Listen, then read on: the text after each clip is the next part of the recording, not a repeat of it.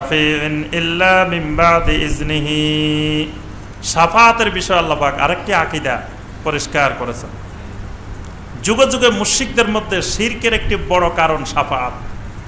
আজকে 1400 বছর পরেও যদি আমরা পৃথিবীতে লক্ষ্য করি, শিরকের যতগুলো কারণ তন্মধ্যে বড় একটি কারণ হলো শাফাআত। আপনি যদি এইখানে ঘোষণা দিয়ে দিতে পারেন, এই মানুষগুলোকে, বিশেষ করে যারা আছেন, যারা শুনতেছেন, আপনাদেরকে যদি বলে দিই যে শুনেন, আপনারা তো সবাই গুনাহগার মানুষ, কেউ নিজের আমল দিয়ে জান্নাতে যেতে পারবেন না, তা আপনাদেরকে একজন মানুষ ধরাই দিই, যে মানুষটা ধরলে আপনাদের সবাইকে একসাথে লঞ্চে তুলে অথবা ট্রেনে করে সবাইকে জান্নাতে নিয়ে যাবে। এই কথাটা যদি ধরাই দিতে পারি তো বলবেন যে আসলে তো ঠিক কথা, এই সামান্য আমল করি, যে আমল, এই আমল দিয়ে আমার জান্নাতে যাওয়া সম্ভব নয়, ওই মানুষকে ধরতে হবে, তার কাছে যাইতে হবে, তাহলে সে জান্নাতে নিয়ে যাবে। তো সে জান্নাতে নিবে কিভাবে? শাফাআতের মাধ্যমে।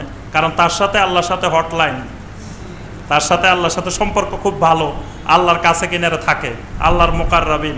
তাহলে তারকে যদি ধরা যায় তো সে আল্লাহর কাছ থেকে সুপারিশ করে আমাকে নিয়ে জান্নাতে চলে যাবে। এটা সহজ পদ্ধতি জান্নাতে যাওয়ার। তাহলে চুরি করি, ডাকাতি করি, সুদ খাই, ঘুষ খাই, যাই করি, অসুবিধা কি? আর ঘুষ খাইলেও অসুবিধা নাই, ঘুষের থেকে কিছু ওই হুজুরেরও দিলাম, যেহেতু হুজুরে আমার জন্য কাজ করবে, শাফাআত করবে, এটা বিরাট একটা কাজ না? আপনি আরবের মুশরিকদেরকে জিজ্ঞাসা করা হয়েছে, এই তোমরা এসব শিরকের, এইসব মূর্তির পূজা করো কেন, এদের ইবাদত করো কেন? তারা কি বলছে? ওয়ায়াকুলুনা হাউলাই শুফাউনা ইনদাল্লাহ, এরা তো আমাদের জন্য আল্লাহর কাছে সুপারিশ করবে, শাফাআত করবে। আমরা তো পাগল না? তারা রাসূলকে বলতেছে, আপনি কি মনে করছেন আমরা তো পাগল? আমরা তো পাগল না, আমরা যে ইবাদত করি, এরা আমাদেরকে আল্লাহর কাছে শাফাআত করবে, সুপারিশের আশায়। আমাদের দেশের যত মানুষ শিরকে নিমজ্জিত, এর মধ্যে 90% দেখবেন সুপারিশের আশায় দৌড়ায়। এদেরকে যদি বলেন ভাই এখানে গরু ছাগলে দৌড় দিচ্ছেন কেন, বলে যে আরে ভাই আমার সুপারিশ করবে ওই লোকে, ওই হুজুরে, ওই দরবারে গেলে আমার সুপারিশ করে জান্নাতে নিয়ে যাবে, এই আশায় কিন্তু দৌড়ায়। তাকে যদি বলতেন যে ভাই কেউ কারোর সুপারিশ করতে পারে না, তো দেখতেন যে সে 1 টাকাও খরচ করতো না। তার টাকা পয়সা খরচ করা, দৌড়ানি, সবকিছুর মূলে কিন্তু শাফাআত। এটা আজকের যুগের নতুন বিষয় না, এটা হাজার হাজার বছর যুগের এই পদ্ধতি চলে আসতেছে। মানে শিরকের যতগুলো কারণ, তার মধ্যে বড় একটি কারণ হলো সুপারিশ।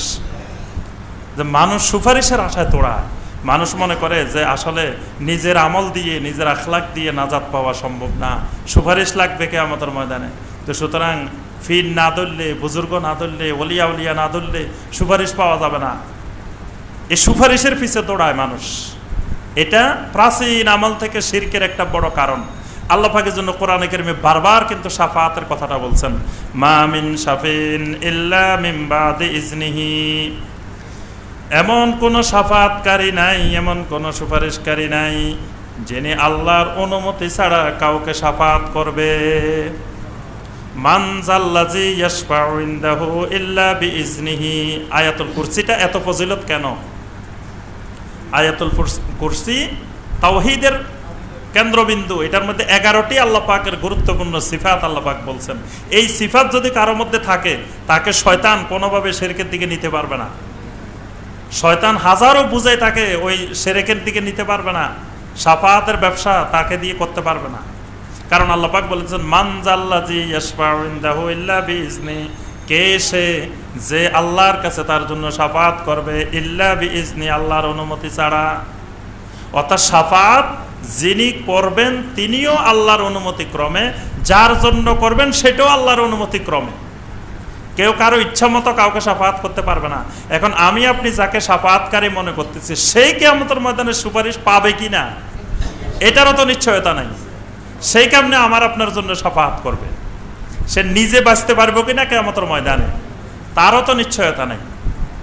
তাহলে সেই লোক কিভাবে আমাকে আপনাকে শাফাআত করবে? এই জন্য আল্লাহ পাক বলছেন আল্লাহর অনুমতি। আল্লাহ কাকে অনুমতি দিবেন এটাও আমরা কেউ জানি না।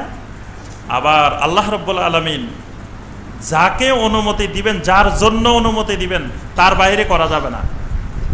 ধরেন একজন ব্যক্তিকে, একজন সাহাবীকে অনুমতি দিলেন, আল্লাহ বললেন যে তুমি শাফাআত করো। তো ওই সাহাবী কি ইচ্ছা মতো তার মা বাবা ভাই বোন আত্মীয় স্বজন যারা আছে সবাইকে জান্নাতে নিতে পারবে? অনেক সাহাবীর বাবা মা মুশরিক, এখন ওই সাহাবী ইচ্ছা করলে যে আমার মা বাবার একটু নিয়ে যাই, পারবেন? আল্লাহ সুবহানাহু ওয়া তাআলা ঠিক করে দিবেন ওই সাহাবী কাকে কাকে শাফাআত করবে। এই মানে কার জন্য করবেন এটাও আল্লাহ পাক নির্ধারণ করবেন, কে করবেন এটাও আল্লাহ পাক নির্ধারণ করবেন, দুইটাই আল্লাহর নির্ধারিত।